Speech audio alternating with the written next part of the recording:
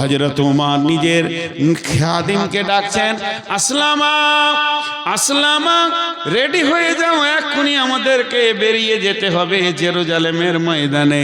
আসলামা, তুমি রেডি হয়ে যাও, উটকে রেডি করো। হযরত উমর কাপড় ঝেড়ে দাঁড়ালেন, নতুন পোশাক পরব, নতুন সুসজ্জিত হব, বিদেশের দাওয়াত পেয়েছি। জি না, সাদা সিধে মানুষ। উট টাইনে আসলামা বললেন, হুজুর আমি তৈরি। বলে আমিও তৈরি। হযরত উমর উঠে চাপলেন। কবি নজরুল কলম ধরেছেন, হেরি পশ্চাতে চাহি, তুমি চলিয়াছ রৌদ্র দগ্ধ দুর্মুরু পথ বহি। জেরুজালেমের কেল্লা যেতায় আছে অবরোধ করে, বীর মুসলিম সেনাদল তব বহুদিন মাস ধরে। দুর্গের দ্বার খুলিবে তারা, বলেছে শত্রু শেষে। উমার যদি গো সন্ধি পত্রে স্বাক্ষর দেয় এসে। হাইরে আদেক ধরার মালিক আমিরুল মুমিনিন, শুনেছে খবর একাই কি উঠে চলেছে বিরামহীন। সাহারা পাড়াইয়ে ঝুলিতে দুখানা শুকনো ক্ষুব্জ রুটি, একটি মশকে এতটুকু পানি, খুরমা 2-3 মুঠি। প্রহরীবিহীন সম্রাট চলে, প্রহরীবিহীন সম্রাট চলে, একা উঠে চোরি, চলেছে মাত্র একটি গোলাম, উটের রশি ধরি। মরুর ঊর্ধ্ব আকাশে সূর্য আগুন বৃষ্টি করে, সেই সে আগুন ফুটে খৈশম বালুকার মরু বালুকার পরে। কিছু দূর যেতে উট হতে নামি, কিছু দূর যেতে উট হতে নামি, কহিল গোলামের ভাই, পেরেশান বড় হইয়াছ চলিয়া, এইবার আমি যাই। উটের রশি ধরিয়া অগ্রে, উঠে বসত উঠে, তপ্ত বালুতে চলে যে চরণে, রক্ত উঠেছে ফুটে। গোলাম 2 হাত ধরে চুমি, কাঁদিয়া কহিল, ওমর এ আদেশ করেন কেমনে আপনি? গোলাম রহিবে উটের পিঠে আরাম করিয়া বসি, আর খেটে যাবে খলিফা উমর ধরিয়া উটের রশি। খলিফা হাসিয়া বলে, তুমি জিতে গিয়ে বড় হতে চাও ভাই, এমনই চলে। রোজ কিয়ামতে আল্লাহ যেদিন বলিবে উমর ওরে, করিনি খলিফা মুসলিম জাহানের তরে সুখ তরে তোরে। কি জবাব দিব, কি করিয়া মুখ দেখাবো রসুলের ভাই? আমি তোমাদের প্রতিনিধি মাত্র, মোর অধিকার নাই। আরামে সুখের মানুষ হইয়া মানুষের নিতে সেবা। ইসলাম বলে সকলে সমান, কে বড় ক্ষুদ্র কে বা। ভিত্ত ধরিল উটের পিঠে, ভিত্ত চড়িল উটের পিঠে, উমার ধরিল রশি, মানুষে স্বর্গে তুলিয়া ধরিয়া ধুমাই নামিল শশী। মাত্র 2টি লোক, যেতে যেতে যেতে যেতে একবার উমার একবার গোলাম, একবার উমার একবার গোলাম। যেতে যেতে জর্ডান নদী চলে এসেছে, নদীটা পার হয়ে গেলি জেরুজালেম ঢুকে যাবে। পালা পড়ে গেছে, গোলাম থাকবে উটের পিঠে, আর গোলাম উটের রশি ধরে হাঁটবে হযরতে উমর। জেরুজালেম শুনতে পেয়েছে বিরাট সাম্রাজ্যের মালিক মদিনা থেকে আমাদের দেশে আসছে, সৈন্য সামন্তকে পাঠিয়ে দিয়েছে, বর্ডারে যাও, স্যালুট করবে, সম্মান করবে, আদব জানাবে, তানজিম করে নিয়ে এসো। এবারে গেটে দাঁড়িয়ে আছে, যেই উট আর ভিত্ত 2 জন এসে হাজির হলো। কোম্পানি মেজর একটা স্যালুট মেরেছে, আদব নেবেন জাহাপনা, আমাদের দেশে আসার জন্যে আমরা ধন্য হয়েছি, আপনাকে সুসংবাদ দিছি। তখন গোলাম এমনি করে হাতটা করে নিয়ে জোর হাত করে চোখের পানি ছেড়ে দিয়ে বলছে, ভাই আমাকে কেউ স্যালুট দেবেন না, আমাকে কেউ আদব দেবেন না, আমি আদবের স্যালুটের যুক্ত নয়, শুধু আমিরুল মুমিনের হুকুম, তাই আমি উটের ওপরে বসে আছি। আমি আমিরুল মুমিনিন নই, আমি নির্বাচিত খলিফা নয়। যিনি উটের লাগাম ধরে হাঁটছে উনিই হলেন উমর, খলিফা উমর রাদিয়াল্লাহু আনহু। কোম্পানি মেজর তো আফসোস করছে, বহু বাদশা দেখেছি, প্রধানমন্ত্রী দেখেছি, কিন্তু পরিপূর্ণ মানুষ দেখিনি। আজকে একটা মানব দেখলাম, জানটা ঠান্ডা হয়ে গেল। মানুষ কাকে বলে? আদবের সঙ্গে নিয়ে গেল গির্জাতে, বিরাট গির্জা, দেশের ওইটাই পার্লামেন্ট, অত বড় গির্জা। 2 সন্ধিতে বসে আলোচনা করছে, আপোষের মধ্যে কুশল বিনিময় হচ্ছে, কেমন আছেন, কেমন করে এলেন। কথা চলতে চলতে হযরত উমর সময় দেখে নিয়েছে, নামাজের টাইম হয়ে গেছে। তখন পাদ্রীকে বলছে, হুজুর আমাকে একটু ছেড়ে দেন, হুজুর আমাকে একটু ছেড়ে দেন, পারমিশন চাইছে। ই তো অবাক, একটা ছোট দেশের বাদশার কাছে কেন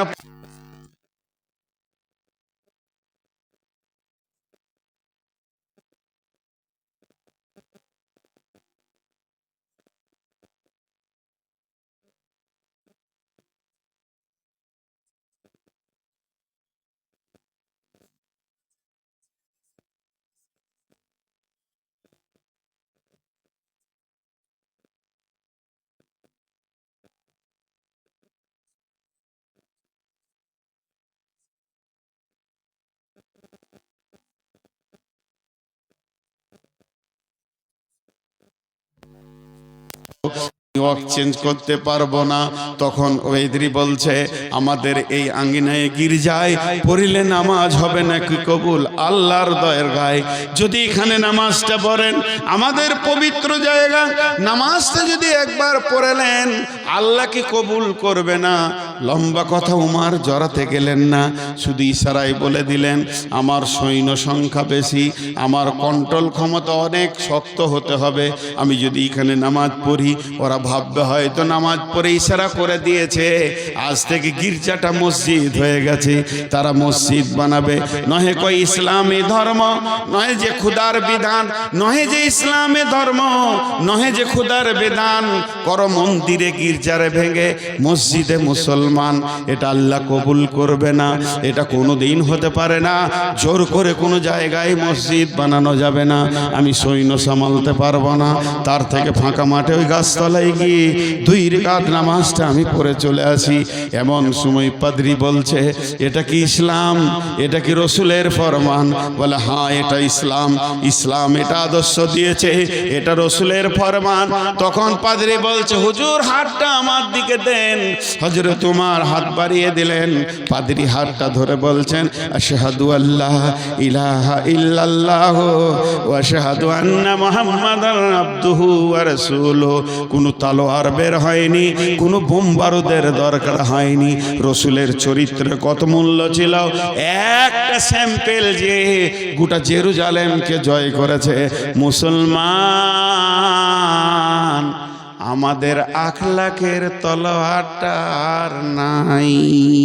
মুসলমান মাতাল, মুসলমান লুচ্চা, মুসলমান জুয়ারি, মুসলমান সুদারু, মুসলমান নারী মারে, মুসলমানদের মেয়েরা মেলার মতো জালসাতে ঘুরছে, এনজয় করছে, দোলাভাইয়ের সাথে শালি ঘুরছে, শালিকে নিয়ে দোলাভাই ঘুরছে, আর শালার বউকে নিয়ে দোলাভাই ঠাট্টাই আর কি করছে।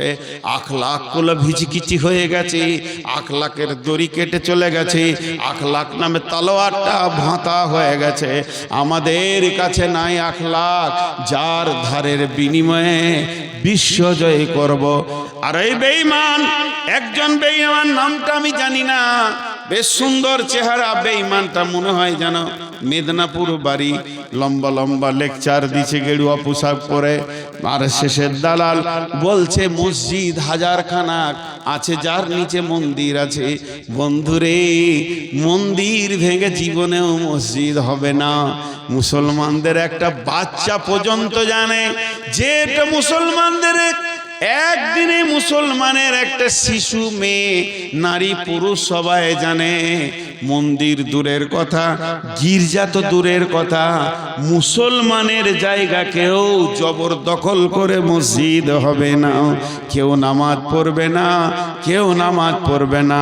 কত মসজিদ আছে ছোট হয়ে আছে, পাশের বাড়ির লোক জায়গা দিচ্ছে না, লোক রাখছে, মনে কষ্ট হচ্ছে, তাও তার ঘাড়ে ধরে না, তাকে থাপ্পড় মারে না, যতক্ষণ পর্যন্ত স্বেচ্ছায় না দেবে মুসলমানের জায়গা তো মসজিদ হবে না। আগেকার লোকরা কি পাগল ছিল? মন্দির ভেঙে মসজিদ করেছে, কোনোদিন ইতিহাস হতে পারে না। এগুলো তোমাদের মন গড়া কথা।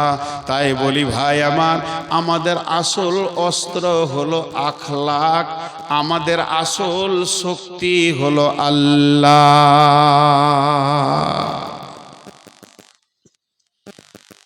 তবে ছোট্ট ছোট 2টি কথা বলছি, 1 মিনিটে বলে দেব। 3য় বিশ্বযুদ্ধ হতে চলেছে, বাকিটা বুঝে নেবেন বড় আলেমদের কাছ থেকে। 2য় বিশ্বযুদ্ধ হয়ে গিয়েছে, বিশ্বনবী 3য় বিশ্বযুদ্ধের যে ওসিয়তটা করেছিলেন সেটা হতে চলেছে। অল্প দিনের মধ্যে আমরা দেখতে পাবো ইনশাআল্লাহ। সকালে বলেন ইনশাআল্লাহ। এর জন্য আপনারা খুশি তো? বলেন ইনশাআল্লাহ। ভয় লাগছে নাকি? বিশ্বনবীর শেষ কথাটা শুনলেন, শুনলে পরে আরো খুশি হবেন। 5 ওয়াক্তের নামাজটা ধরেলেন, কালেমা শাহাদাতের সাক্ষী দিয়ে 5 ওয়াক্ত নামাজ ধরেলেন। এই যুদ্ধে যতজন শহীদ হবে বিশ্বনবী বলেছেন ওরা জান্নাতি, ওরা জান্নাতি। আর কি চাই? আর কি চাই?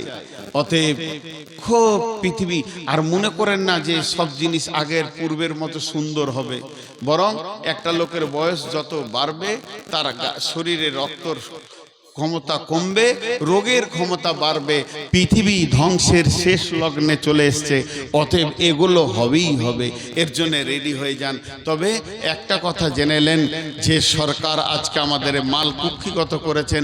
আব্রাহা বাদশার খবর যদি থাকে তো আপনি বুঝে নিয়েন, আব্রাহা বাদশার খবর যদি আপনার কাছে থাকে তো ভালো। তবে একটা কথা জানেন, বড় বড় এই যারা আরএসএসের ছেলে, মেধা ছেলে, তাদেরকে কিন্তু কোরআন হাদিসের তালিম দেওয়া হয়েছে যে মুসলমানদের কোন জায়গাটা ধরলে ওরা কাবু হবে সেটা। তো ওরা রিসার্চ করে পেয়েছে বিশ্বনবীর এই হাদিসটাকে, যে আমার উম্মতের ভিতরে যখন অহান রোগ আসবে তখন ওরা দুর্বল হয়ে যাবে। এই অহান কি? সাহাবীরা প্রশ্ন করলেন অহান কি? তা আল্লাহ রসুল বললেন হুব্বুদ দুনিয়া কারাহিয়াতিল মত, দুনিয়ার পেছনে এরা মেতে যাবে আর মতকে ঘৃণা করবে, মরতে চাইবে না। আর সাহাবীদের ছিল কেমন? মরতে চাইবে। ইয়া রাসূলুল্লাহ আমাকে জানেন, আমাকে কমান্ডার বানান, আমি সেনাপতির কাজ করব। কিন্তু আজ আমাদের কাছ থেকে ওটা চলে গেছে। চলেন রিপেয়ার, আমি আপনাদের এই বক্তব্যটা এখান থেকে শেষ করছি, দ্বিতীয়টা ধরছি। টোটালটা কি পেলেন? টোটালটা পেলেন আমাদের যত সুন্নতের ভুল ত্রুটি আছে এগুলো আমাদেরকে আগে মারতে হবে, আর দ্বিতীয় কাজ করতে হবে আল্লাহর হুকুমের ওপরে চলে এসে আল্লাহকে নিজে করতে হবে। আল্লাহ যদি আমাদের নিজের হয়ে যায় আর আমাদের সুন্নতে রসুলের সব সুন্নতগুলো যদি আমাদের কাছে এসে যায়, তাহলে ইনশাআল্লাহ আমাদের শক্তি 100-তে 100, 100-তে 100 শক্তি বেড়ে যাবে। আপনারা কি জানেন? আপনারা কি জানেন? একটা মনের কথা বলি, খুব ঘনিষ্ঠ বন্ধু যদি কোনো হিন্দু লোক থাকে তার সঙ্গে 5 মিনিট বসবেন, ছেলে মেয়ের বিয়ে হলো, কি হলো, কেমন আছেন, দেখবেন আমাদের থেকে বেশি কষ্টে ওরা আছে, প্রচুর অশান্তিতে আছে। ওদের দিন নাই, তরিকা নাই, রাস্তা নাই, যে যেমন পারে চলে, যেটা ইচ্ছা সেটা খায়, যে যেদিকে মন হাঁটে, ওদের কোনো হিসাব নাই, দলিল নাই। আমি যদি এখন একটা কথা বলি যে উজুর আগে 3 বার দরুদ শরীফ পড়তে হবে, তা আপনি প্রথম প্রশ্ন করবেন দলিল দেন, দলিল কোথায় আছে দেন।